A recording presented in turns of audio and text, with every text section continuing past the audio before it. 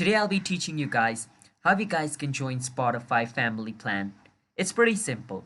So you just want to search for Spotify Family Plan, just like this. After you search for it, you want to click on Spotify Premium Family over here, the first option. Once you click on it, it's going to ask you to log in into your Spotify account.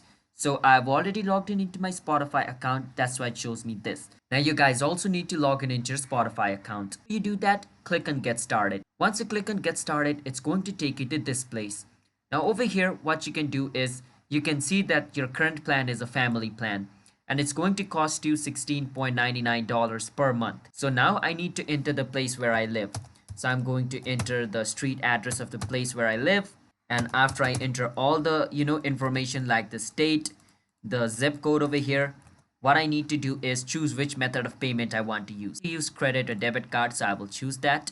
And then I will enter my card number over here, my card's expiration date, and then I'm going to enter its security code. Then I can just click on buy now and the Spotify family plan will be bought using my card. So that is basically how you guys can buy Spotify family plan. It's that simple. If you guys found our video helpful, hit the subscribe to our channel one step. I'll see you guys next time.